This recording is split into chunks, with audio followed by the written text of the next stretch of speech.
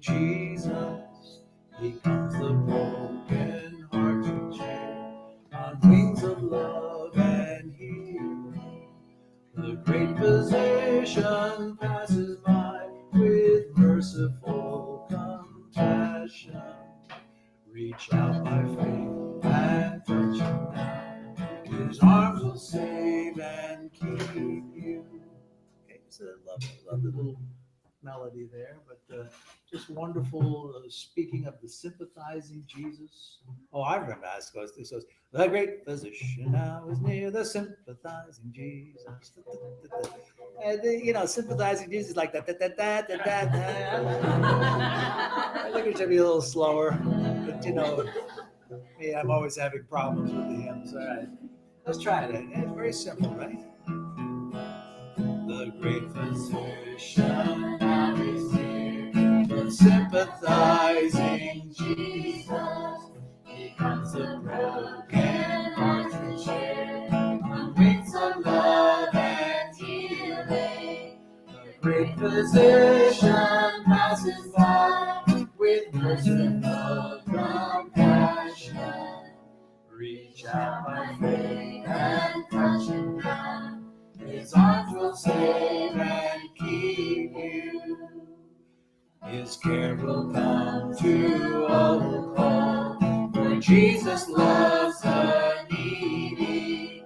Your many sins have been forgiven, for by his stripes he healed me. The great physician passes by with merciful compassion. Reach out by faith and touch him now. His arms will save and keep you. He is the good Samaritan, the lowly healer, Jesus. He bound my wounds and took me in. I comfort her forever. The great physician passes by with merciful compassion. Reach out by faith and touch him now. His arms will save and keep you. The great physician now is near to heal the world's diseases. We pray and take his healing flow to all the sick and needy. The great physician passes by, and filled with such compassion, he reaches out with peace and love to heal and bring salvation. Amen. Great physician. All right, let's turn to Luke chapter 7, and let's read verses 1 through 17 to begin tonight.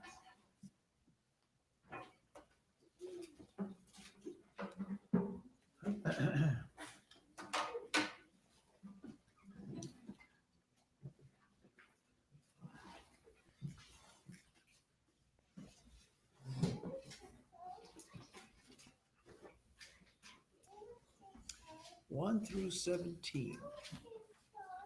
Okay, Christine, let's start with you. Go to Stephanie, and then go down the next row, etc. Luke chapter 7, verse 1. Now, when he concluded all his sayings in the hearing of the people, he entered Capernaum. And a certain centurion's servant who was dear to him was sick and ready to die. When the centurion heard about Jesus, he sent to him elders of the Jews, asking him to come and heal his servant. And when they came to Jesus, they begged him earnestly, saying that the one for whom he should do this was deserving, for he loves our nation, and he has built us a synagogue.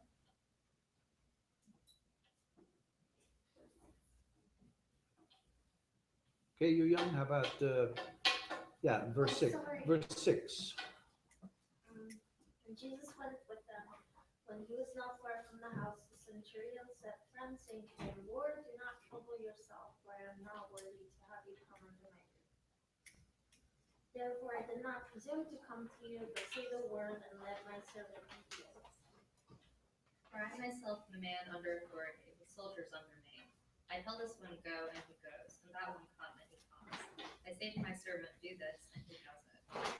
When Jesus heard this, he was amazed at him. And turning to the crowd following him, he said, I tell you, I have not found such great faith even in Israel. And when those who had been sent returned to the house, they found the servant well. Soon afterward, he went to a town called Nain, and his disciples and a great crowd went with him. As he drew near to the gate of the town, behold, a man who had died was being carried out, the only son of his mother, and she was a widow, and a considerable crowd from the town was with her. And when the Lord saw her, he had compassion on her and said, do not weep. Then he came up and touched the bier, and the bearers stood still. And he said, young man, I say to you, arise. The dead man sat up and began to speak, and Jesus gave him back to his mother. Fear gripped them all, and they began glorifying God, saying, a great prophet has arisen among us, and God has visited his people. This report concerning him went out all over Judea and all in the surrounding district.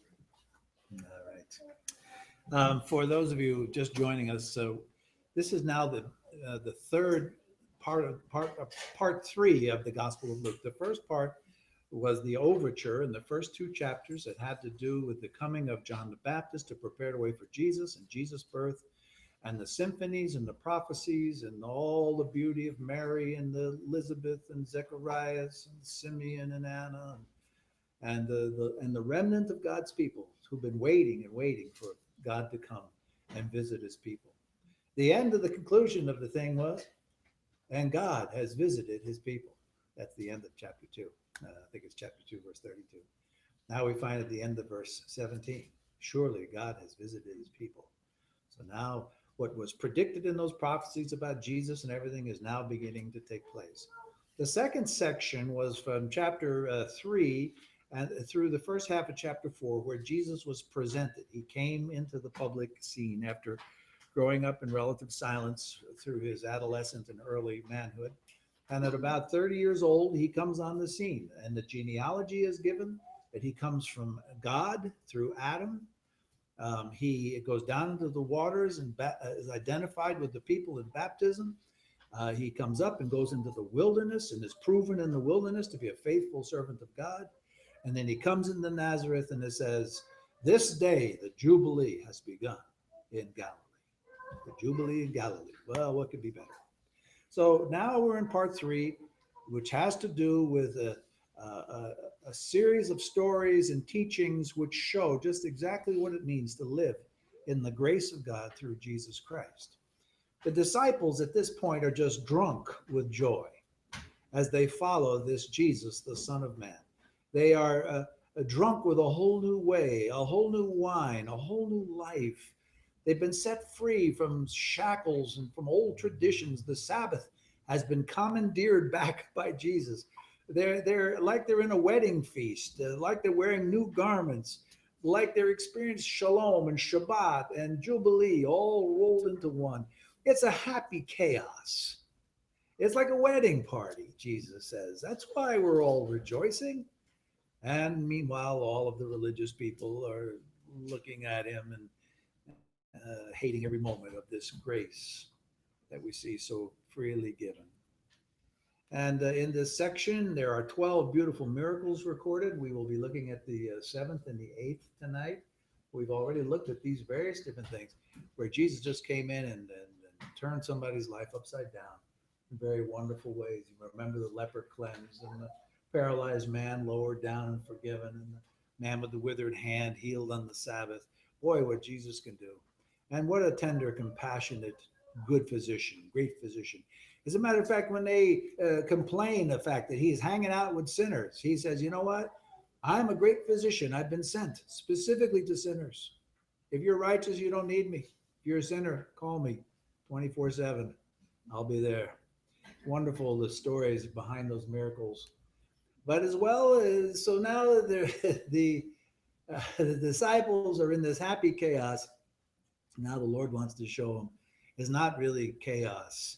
It's something that comes under authority. It's something that comes as a kingdom is formed. And now Jesus begins to lay kingdom foundations. So you remember he goes off all night and he prays and he comes back, and out of his, we'll say 70 or 100 disciples, he chooses 12. He says, now I want you guys to be the pillars of this kingdom that we are going to create. And so he begins right at that point by beginning to speak what is called the Sermon on the Plain, where he speaks things about, blessed are you poor, for you shall be rich. And blessed are you who hunger, for you shall be satisfied. And blessed are you who weep, for you shall be happy. And blessed are you when men persecute you, because they just persecuted the prophets of old, just like that. Rejoice and overflow, leap for joy, it says in one translation. For great is your reward in heaven. You're now my disciples. So he begins to teach them in this way. He's talking about their life. Now, Jesus says, I want to bring this life, this joy, this grace to everybody. But what it's going to cost me is a sacrifice. He doesn't mention the cross yet, but there's going to be a sacrifice. And it's going to be, I'm going to be poor so others can be rich. And I'm going to be hungry so that others can be filled.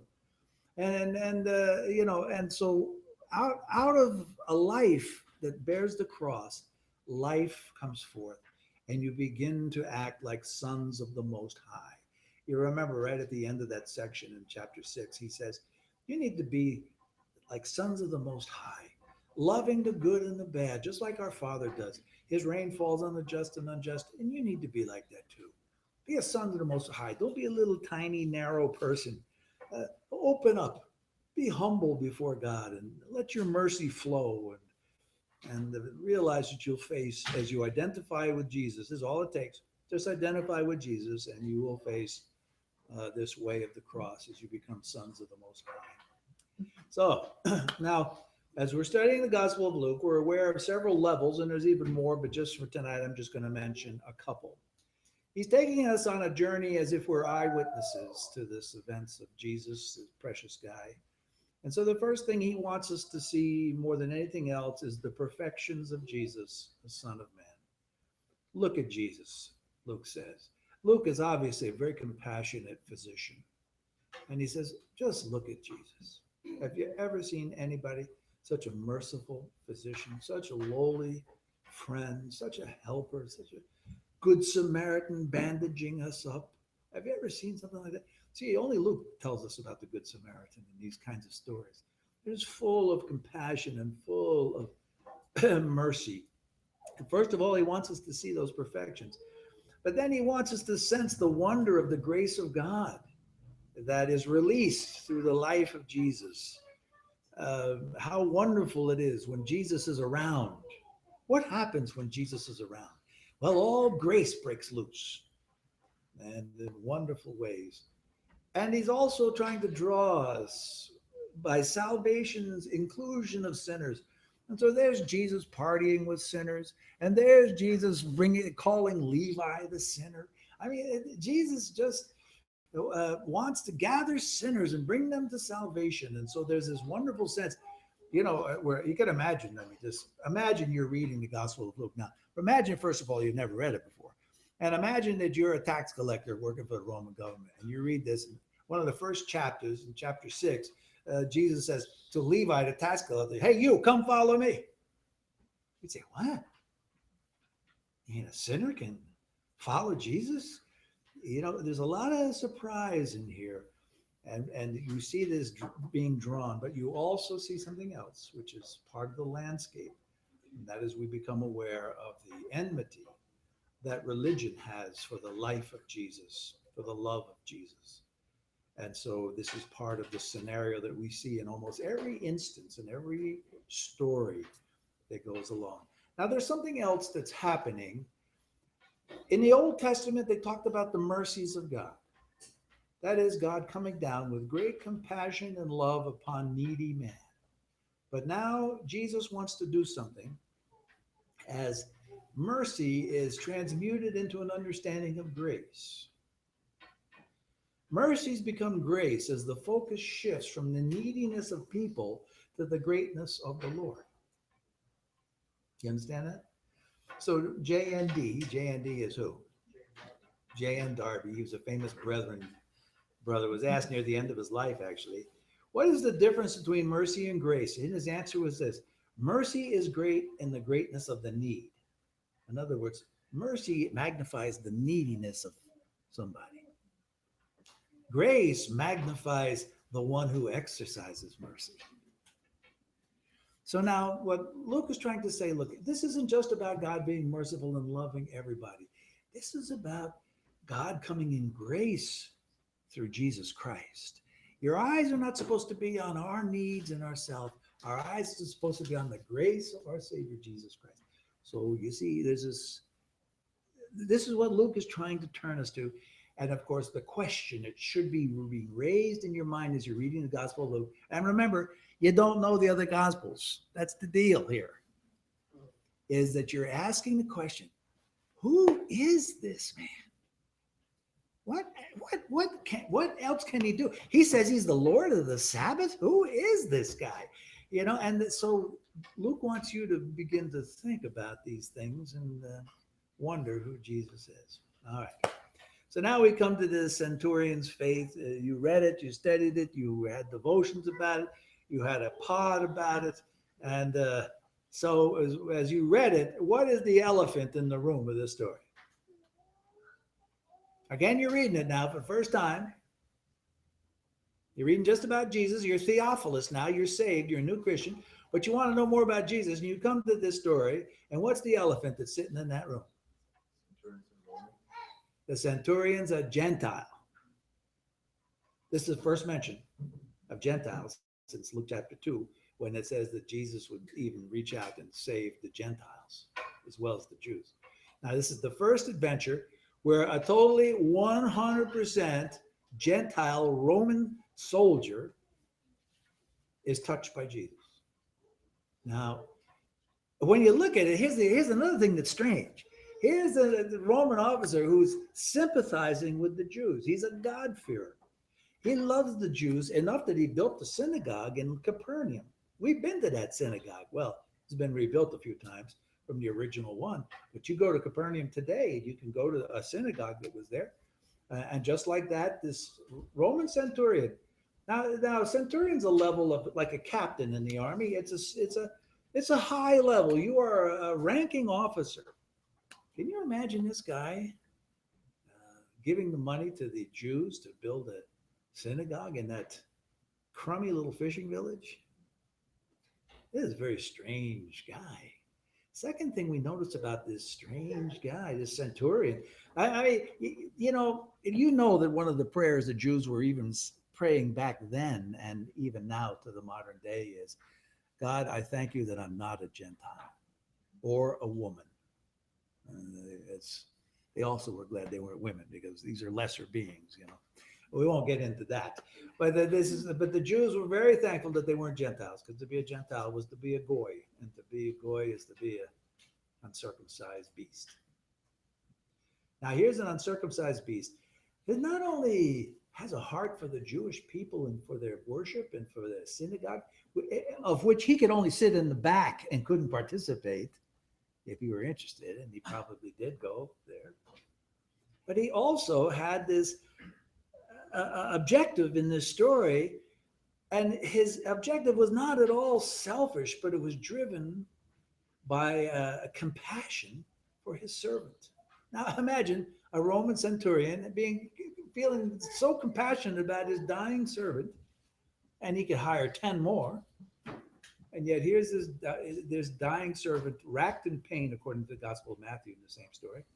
He's racked with pain and writhing and dying, and this centurion has deep compassion.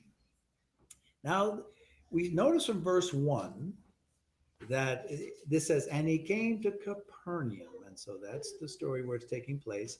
And Jesus located in Capernaum. So we can pretty much assume that this centurion has seen and watched Jesus to some extent. Jesus has been in town. Jesus has done some miracles.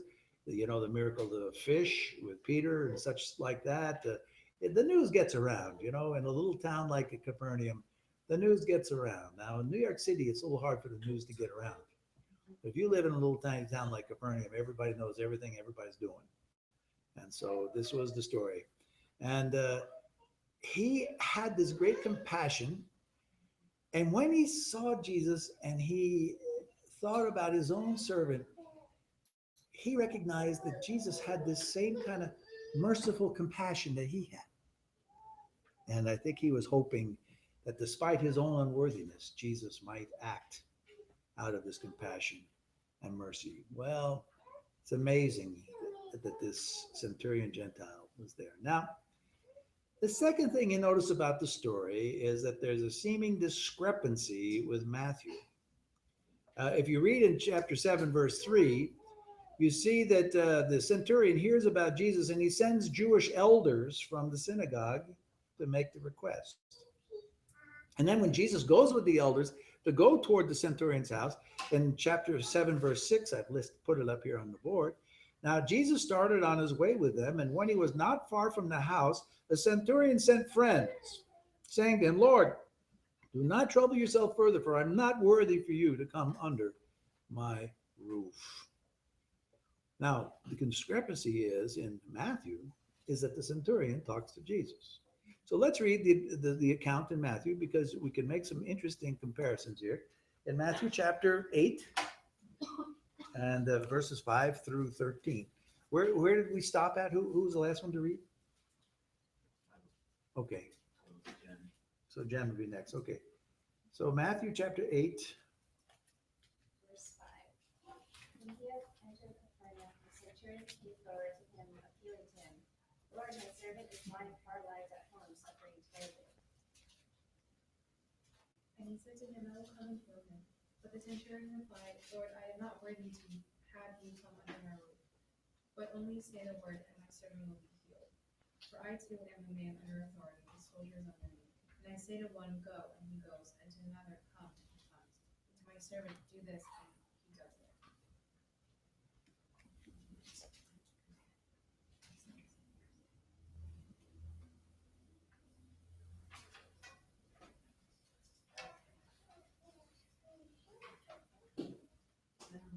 Can you read it?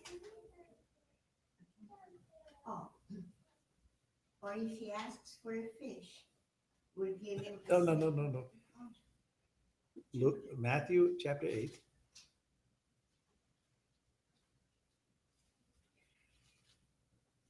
He didn't give the centurion a fish. We're pretty sure about that.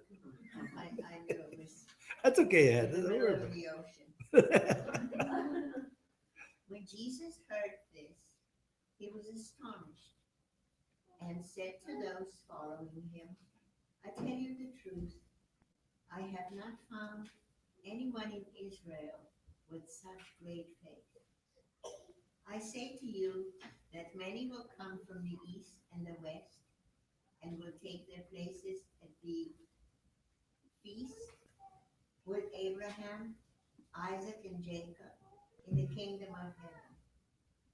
But the subjects of the kingdom will be thrown outside into the darkness, where there will be weeping and gnashing of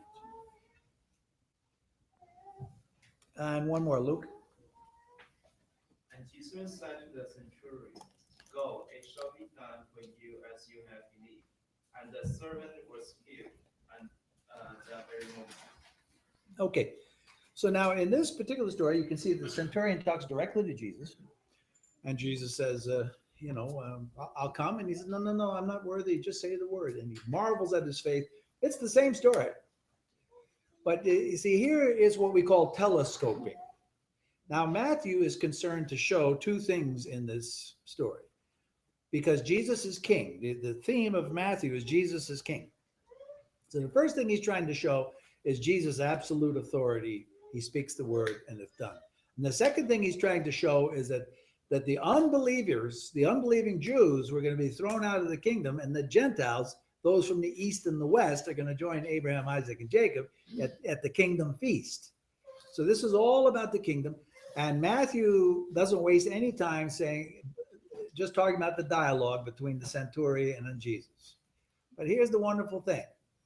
Luke actually gives the more accurate account, but it's more detailed. It's even a little bit confusing when you first read it in comparison to Matthew 8. But there's some wonderful reasons that he enumerates these somewhat confusing actual details He's trying to reveal something deeper. In fact, in his account, the centurion and Jesus never meet. Now, faith without seeing, they believe. This is magnificence of faith. So we find these grace nuggets in the story. The centurion's love of God and the Jews. A precious little nugget. Despite the elders calling him worthy, he knew he was not. And he apologetically withdrew his request for Jesus to come to his house as presumptuous. He had no right to ask, because that, of course, would defile a Jew to go into a Gentile house. And he just wouldn't do it. He couldn't possibly do it. But he withdrew the request for his presence to be there, believing just a word would do. What great faith is that? Just speak the word, and my servant will be healed, is what he said. So putting this together, you have to sort of picture the scenario, but I think you can do it. Let's say perhaps with the servant being sick and the centurion being there in the house, these elders from the synagogue came to visit. And as they came to visit, they told him that Jesus was in town and he'd just done a miracle over here. A man with a withered hand had been restored. And you know what? The centurion, he said, you know what? I'm so concerned for my servant. I wonder, do you think, because you are Jews and he's a Jew, do you think you guys could go to him and ask him if he could come and pray for my servant? So they said, of course we will, of course. Because, of course, the guy spent $1 million on the synagogue. Of course we will. And when they went over there, they not only went there, but they bragged on him and said, no, look, Jesus. Now you got to do this. This is like the law. Now this guy is a good Jew, even though he's not a Jew. Now he loves our people, and he built the synagogue, and he's worthy. So you got to come because he's worthy. Now did Jesus come because the guy was worthy? Well, these guys had no idea the motives of Jesus. There's a lot more grace there. But anyway, but these elders report his worthiness, and Jesus goes. Meanwhile, the centurion has second thoughts. He's burdened there at the bedside, and the servant may be unwilling to leave him, but he knew he had no leverage or right. He was ashamed. He knew he wasn't worthy. And that's an interesting picture there. It's the only one I could find where they don't show the centurion talking to Jesus. But here he is in the house, because everyone takes the Matthew 8 version. Simpler. But in fact, he's still in the house, and the friends are outside, and they've stopped Jesus. Centurion stopped him, and all this wonderful thing. So the centurion, he's ashamed. He's changed his mind. He realizes he's not worthy for Jesus to come under his roof. But there are two things that he finds simpatico with Jesus. There's two things that are in common. One, Jesus has a like compassion for those who have needs. Now, you can tell why Luke loves this story. Dr. Luke, he loves this story because here's a Gentile who's got a big heart. And so much so that he could recognize that Jesus had a big heart and may even be willing to overcome his unworthiness and all of the hoops he'd have to jump through to do something in such a way that he could actually help. But even more importantly, he saw something else about Jesus, either from the reputation of what he'd heard or from something he'd seen. And what was that he saw? He saw that Jesus was sent by God and that he had authority from heaven. Now that is amazing, because many of the Jews couldn't see that in Jesus, but the military man saw immediately a man under authority. He saw Jesus do things and it was done. And he realized that the only reason somebody could do something with authority like that and have it done is that he's under authority. Now the centurion is under actually the general. And the general tells him to do something. He passes along the word. It's done. And here's the point, which has a practical application for us. We are likely to see Jesus out of the framework of our own context. This man understood the tight-knit system of authority in the army. Now listen, if the centurion told somebody to do something, he either did it or he was killed. The survival of an army depended on absolute obedience through the chain of command. For the military man, unlike the religious people of the area, perhaps. He had a very black and white idea of authority. And because he had that idea of the strict channels of authority, he also had, as he looked at Jesus, faith to believe all this guy would have to do is say the word and it would be done. He doesn't even have to come to the house. Because a general who does important things, he doesn't always go personally and do things. He just sends a word. You send the word and it's done. And so this guy, because he had compassion, saw Jesus' compassion. Because he had authority, he understood Jesus' authority. And by this, he could act on faith. Do you think he also knew the word of God in a way where obviously Israel was blind to many things about who the Messiah was? Do you think that the word became alive and he saw that? You see, it Because could, he does sit in those meetings probably in the back. Do you think there was something of the word of God that became alive that he said, you know, there's so much that's left unanswered. But of course, Yes. Well, we're going to have a little discussion at the end on something along that line. But maybe he was touched by the word of God.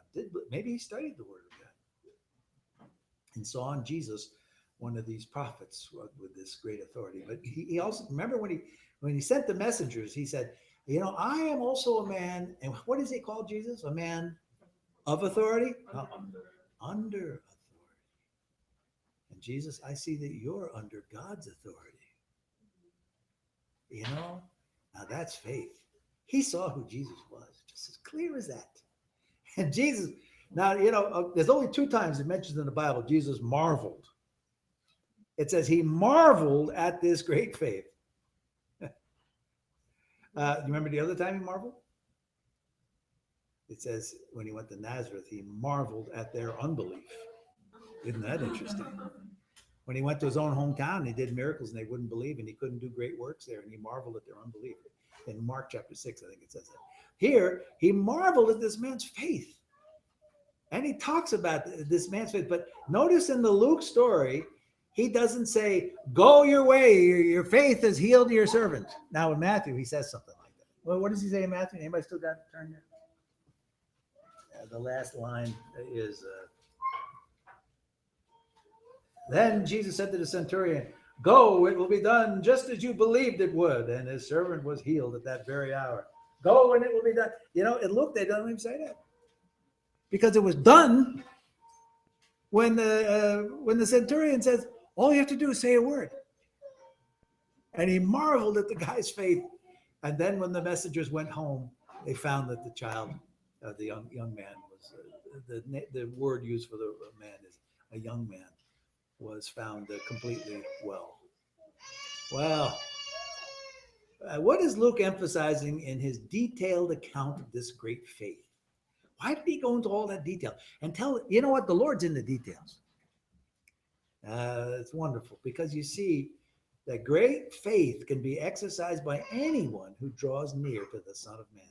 Now, this idea was revolutionary to the ancient world. Now, we in America, with this inclusive sense, believe everybody has a right to the grace of God.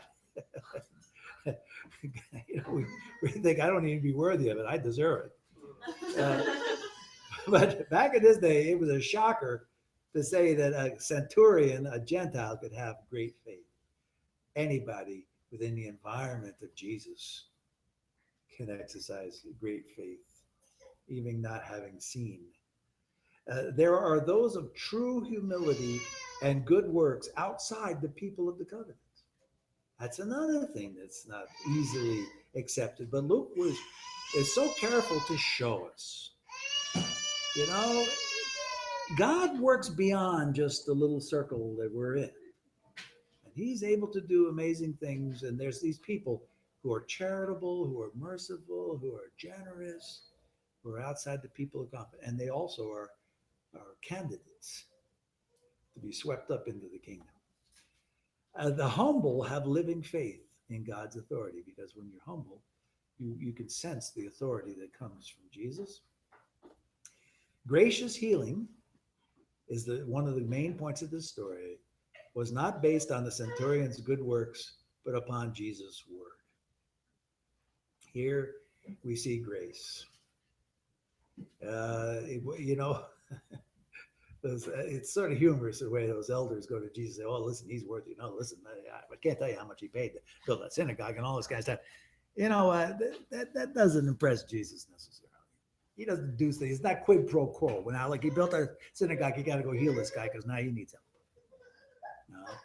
And they see, and the thing about it is, the centurion realized he wasn't worthy, which is what enables grace to flow. Because he realized he wasn't worthy, and yet there was something. What was it that there's something? In fact, in Luke chapter 7, the 4 stories in Luke chapter 7 are showing us one point. And what is that one point? This is the first of 4 episodes in Luke 7 defining the boundaries of grace. First boundary, the height of faith. How could this man ever have believed except the grace of God was upon him? He moved near enough to Jesus, whether he just by hearing the stories or whether by seeing him in action, he moved within the orbit of Jesus, and there was that grace that enabled faith. We know that faith is a gift of God. A man can't have great faith unless he's been touched by grace somehow. But when he heard about Jesus, whatever the cause was, grace was the environment that enabled this man to have faith. So think about the boundaries of grace. Are there boundaries to grace? If you saw the first thing I put up as the first slide before the songs, the first slide says, boundless grace. Luke chapter 7, boundless grace. There are no boundaries to his grace, which is what he will show us in these stories. All right, that's the first one. Now we have the widow of Nain, verses 11 through 17. Okay, now here's a miracle that's only related by Luke. It's not in Matthew, Mark, or John. Again, the doctor's compassion must have leapt when he heard this story given to us, obviously, by one of the apostles who was following Jesus and told him of this occasion there at Nain, the only time that little town of 200 people is ever mentioned. Now, when we look at the story, Luke chapter 7, it sets a scene when it says, Jesus went to a town called Nain, and his disciples and a large crowd went along with him. And as he approached the town gate, a dead person was being carried out, the only son of his mother, but she was a widow, and a large crowd from the town was with her. Now the picture is two large crowds collide in the little gate. You know, every little town had a little, the gate and the little wall. And so just at the gate, here came this bier. This is just basically a wooden shelf, had a wrapped up body, which they would go to the tomb and then they would anoint him with, myrrh and all that stuff. But right now, it's just a wrapped up body that he had died earlier in the day because they buried them on the same day. And they were going out of the gate. And here was a woman dragging behind them and just destitute. And then here was a whole crowd of people, the town of 200. They were all just grief-stricken by this situation. And then here's Jesus coming into town just at that same time, with, it says, a large crowd following him and his disciples, and they converged down into this situation. Now, the point of this story cannot be appreciated by us unless we can understand how desperate and how pitiful the situation was. This widow was weeping. He said, "Weep not." She was weeping. You can imagine why she was weeping. She had lost her support. She was a widow, so she had no husband to help her. There was no welfare in those days. But she had a son who had just died. And he was her only son. And now there's no comfort, and now there's no love, now there's no protection for her. This is the most destitute situation you could find in Israel. A widow who's lost her only son and is now completely bereft. This is a pitiful situation, and Luke senses the great compassion of Jesus. You know, Jesus knew what it was like for his mom to be a widow.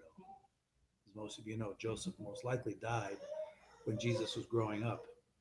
He knows these things. He knows the compassion, and he senses the need, and even this whole little town of people were also touched. You know, they brought out their professional weepers. You know, this was a whole thing. You know, you had a little band, as it were, and weeping and wailing people who were paid to do so. And it's just one of the most tragic scenes that you'd ever see. So here comes Jesus and his happy band, enjoying Shalom and Shabbat and Jubilee. They come down, they meet at the gate, this most desperate and pitiful situation. That's what the picture shows us. And what it says is, and Jesus had compassion. Where is it there in verse? And the Lord saw his heart went out there. Actually, you know what the word compassion is in the Greek?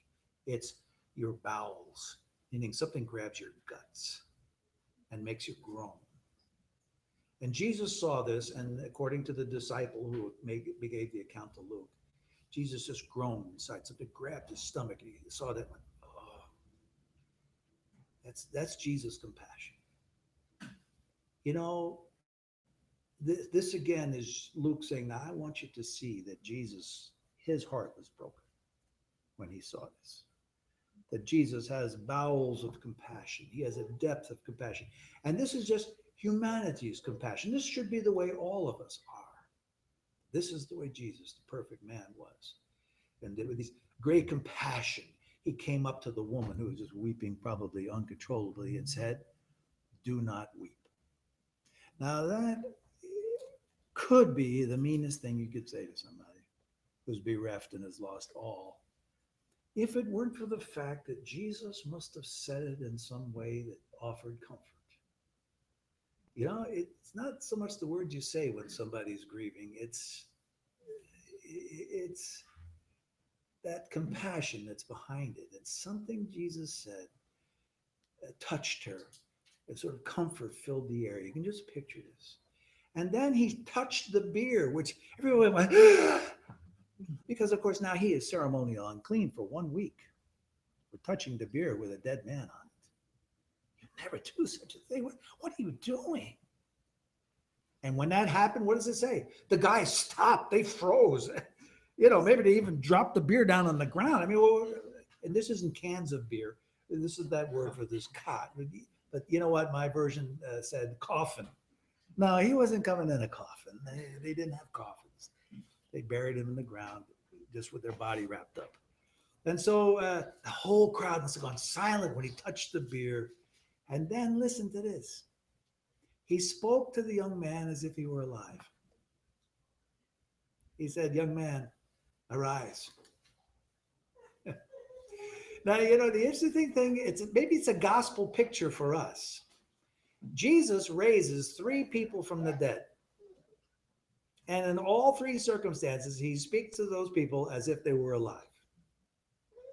This is what gave rise to Christian wakes, by the way, because people believed that when the body died, sometimes it took a couple of days for the spirit to get totally dislodged and gone.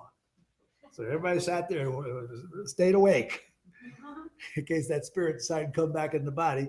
And of course, when they took it over to Ireland, they all decided to drink themselves, though they couldn't have told if there was a spirit there or not. But anyway, the point is, you know, when somebody dies, when does the spirit leave the body?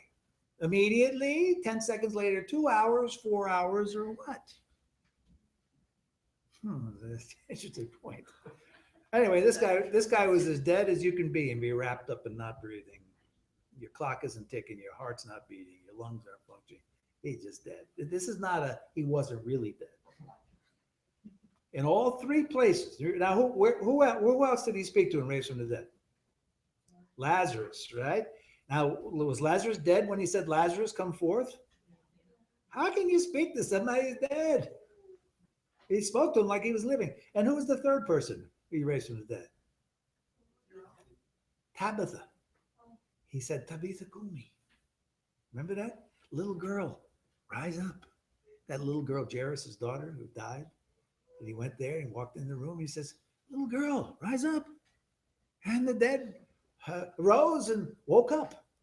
And that's sort of a point, I think, that Luke is trying to say that, you know what, when we preach the gospel, we preach to those who are dead as if they were alive.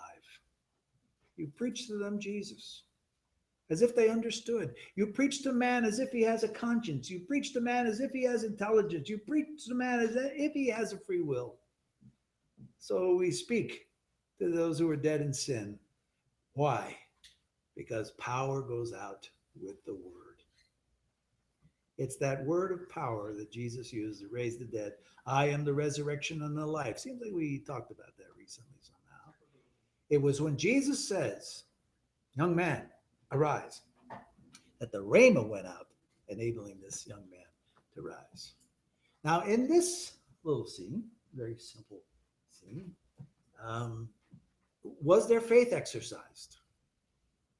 Did the mother exercise faith, or the son, even though he was dead? What do you think? The people that were there, the disciples, the crowd, anybody? Doesn't appear that way, does it? So the boy sat up, began to speak. And then this wonderful little verse, Jesus gave him back to his mother. And fear and worship gripped the crowd. And they said, God has visited his people. Now, I don't know if you know what context is. Do you know what this is referring to? It has allusion to something specific. You know? God has visited his people. Well, no, this whole thing, it's a twofold. He presents him back to his mother. And the bottom line is God's visited his people. It's in 1 Kings chapter 17, verse 23 and 24. Somebody find that.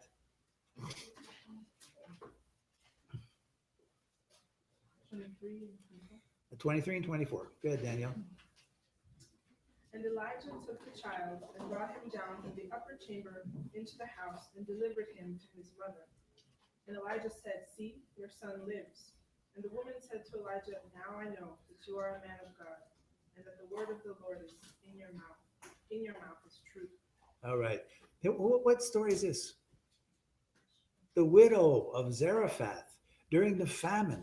And Elijah went to live with her, and she supplied food for the whole family out of just a little supply she had. But she kept making, crescent rolls, and she kept cooking crescent rolls for the 6 months. And in the midst of the thing, one day, the widow, her only son died, and Elijah fell on him, and he came alive again. And it says Elijah gave him back to his mother. So you see, there's a little connection there, right? All right. Now, what is Luke revealing in this story? All right. The emphasis in the story is actually upon the widow and not the son. Now, we, of course, think, oh, what a great miracle. The son was brought back to life. But actually, the focus is upon the widow. Why? He reaches out for people who can't help themselves. Absolutely. This is showing us another one of the boundaries of grace. How deep is his mercy? There's nobody more pitiful in Israel at that moment. And he raised the son for the sake of the mom. I don't know what your background is like, but some of you have been raised to life for the sake of your mom. Your mom's been praying for you. Your mom's sacrificed for you. And the Lord has answered her and given her mercy and helped you. You don't even know it. You only learn after. I learned after my mom passed away. She died at 58 years old, much too young. But I learned a lot after she died how much my life had been empowered and helped by her prayers day and night. You just don't know it. But Jesus had great mercy on this woman, right? And the boundary of Jesus' love is not constricted by somebody having to act in faith. Now, in the earlier ones where you have the other miracles here, there's usually somebody applying some faith, like the centurion. But in this particular case, there's no faith visible, but there's grace visible. And how does that grace come forth? Out of the mercies in the bowels of God. You understand? Sometimes God answers prayer. Sometimes God does something just because his compassion demands it. A person doesn't even have faith. And here again, we have this picture of something I spoke on yesterday. I mean, when you're dead, you're dead. There's nothing you can do. Sometimes you're so dead, you don't even have faith to pray. You're just so dead. And Jesus sees you, and he has compassion, and he gives you resurrection. I mean, you know, this is just trying to make us see God does things sovereignly in grace. And there's no outer rhyme or reason. There's nobody who prayed or, you know, anything like that. It's just God of his own intention decided it was time to do something about this situation. How wonderful this is. So we see the wonderful picture there. And again, human compassion fills the breast of the Son of Man. I want to continue to emphasize that because it was human compassion that filled his breast. He was just acting as a man, but as a man who had the power of God. And with that human compassion, with that groan, he released the grace of God that brought this young man back to life. In a symbolic way, Luke may be picturing Jesus and his disciples confronting dead Judaism as he comes down the hill and as they're walking out the gate with this whole thing. Some people preach that way. But it also, I think, is a foreshadowing of the power of his resurrection, which is first to come. This, by the way, is the first raising of the dead in the Gospels. It's the first time. You know what? The disciples, when Jesus touched the bier, do you think the disciples had any idea Jesus would actually raise that body? They had no idea. It's inconceivable. When somebody's dead, that somebody can be brought back. Inconceivable. Until Jesus did it. It was a first. And it blew them away. They just could not believe it. Well, there you are. Well, any questions on these things? So what am I trying to simply say? Look at God's grace. What are the boundaries? Look at the height of faith.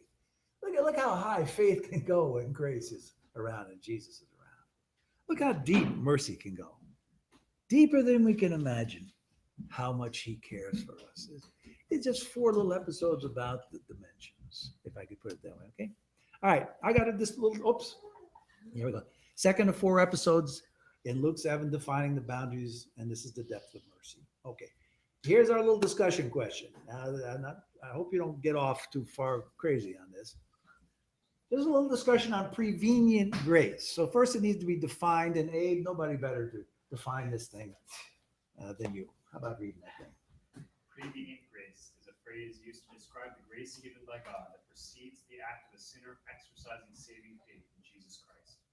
The term prevenient comes from Latin and means to come before. By definition, every theological system which affirms the necessity of God's grace prior to a sinner's conversion has a type of prevenient grace. The Reformed doctrine of irresistible grace disagrees with any form of common grace. So the discussion question, which now you'll gather around in groups of 5 or so, how does the centurion story touch on the doctrine of prevenient grace? You get what prevenient grace is? Well, just a question. The last sentence seems to be totally disjointed from the rest of the paragraph. Well, it's because it's an Arminian definition. And the Arminians and the Calvinists had a fight. So just forget that last little part about the Reformed doctrine. Forget about it. But the Reformed doctrine says, no, there's no prevenient grace. It's irresistible grace.